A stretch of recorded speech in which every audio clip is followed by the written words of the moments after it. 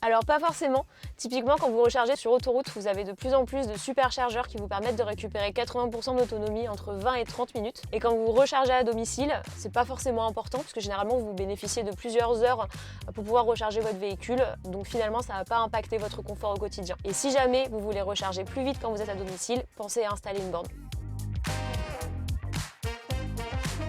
Alors c'est plutôt faux, on vous explique. Donc oui, la batterie est émettrice de CO2 à sa fabrication, pour autant une des grosses parties des émissions de CO2 liées à la fabrication viennent de la carrosserie. Et ça, la carrosserie, que vous soyez sur un véhicule électrique ou un véhicule thermique, vous allez le retrouver. Ce qu'il faut savoir, c'est que sur toute sa durée de vie, le véhicule électrique émet en général 2 à 3 fois moins de CO2 qu'un véhicule thermique. Et ça prend en compte notamment la partie recyclage qui arrivera en fin de vie. Aujourd'hui, plus vous avez un véhicule qui est petit et plus il va être intéressant en termes d'émissions de CO2 et plus vous allez pouvoir rentabiliser très rapidement, au bout de quelques milliers de kilomètres, les émissions de CO2 qui ont été émises au moment de la fabrication de la batterie.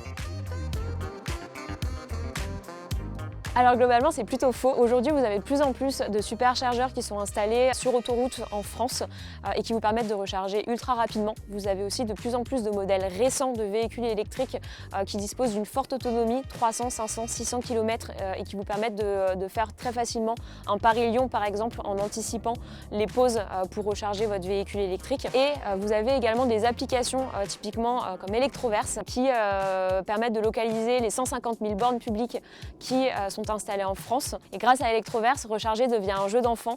Vous pouvez localiser les bornes et anticiper les prix que vous allez payer quand vous allez recharger. Alors c'est globalement faux, dans le sens où effectivement vous allez avoir une petite diminution de la capacité de la batterie qui va être liée aux températures extrêmes, donc pas uniquement l'hiver, ça peut aussi être l'été, mais qui est aussi liée au fait que vous allez utiliser davantage de chauffage ou davantage de climatisation. Et les véhicules thermiques vont avoir aussi ce type de phénomène, donc pas d'inquiétude là-dessus, vous allez pouvoir continuer à faire vos trajets du quotidien normalement. Et si jamais vous aviez besoin de vous recharger sur la route pour X raisons, vous avez toujours des bornes de recharge publiques qui sont localisables notamment via l'application Electroverse.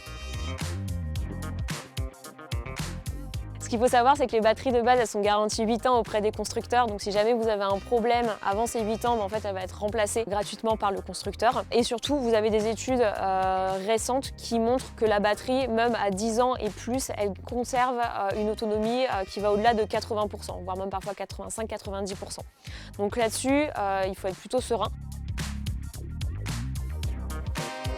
Alors le prix, c'est un sujet qui fait pas mal débat au niveau du véhicule électrique et c'est compréhensible. Jusqu'à présent, les véhicules électriques étaient plutôt des gros véhicules, donc assez onéreux. Aujourd'hui, il y a de plus en plus de véhicules de taille intermédiaire qui arrivent sur le marché et qui commencent à être moins chers. Aussi, vous avez un marché de l'occasion qui commence à être alimenté et qui va permettre à de plus en plus de ménages d'accéder à des véhicules qui vont être plus accessible. Ensuite, sur la partie vie du véhicule, au-delà du moment où on l'achète, sur la partie entretien notamment, le véhicule électrique est moins onéreux qu'un véhicule thermique. Typiquement, vous n'avez pas de frais de vidange et moins de frais de remplacement mécanique, par exemple. Et enfin, sur la partie recharge, qui est un élément essentiel et des frais récurrents que vous allez payer tous les ans. Un véhicule thermique, une citadine par exemple, vous allez généralement en avoir pour 1 200 € d'essence tous les ans. Si on regarde un véhicule électrique, si vous avez une offre classique, vous allez plutôt tourner autour de 400-500 €, ce qui divise déjà le prix par 2. Et si vous avez une offre dédiée à la recharge du véhicule électrique, comme Octopus le propose avec Octopus Go et Intelligent Octopus, vous pouvez même faire baisser ces frais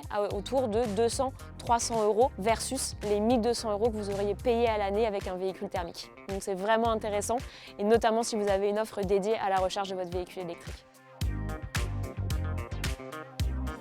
Le véhicule électrique s'adapte de plus en plus.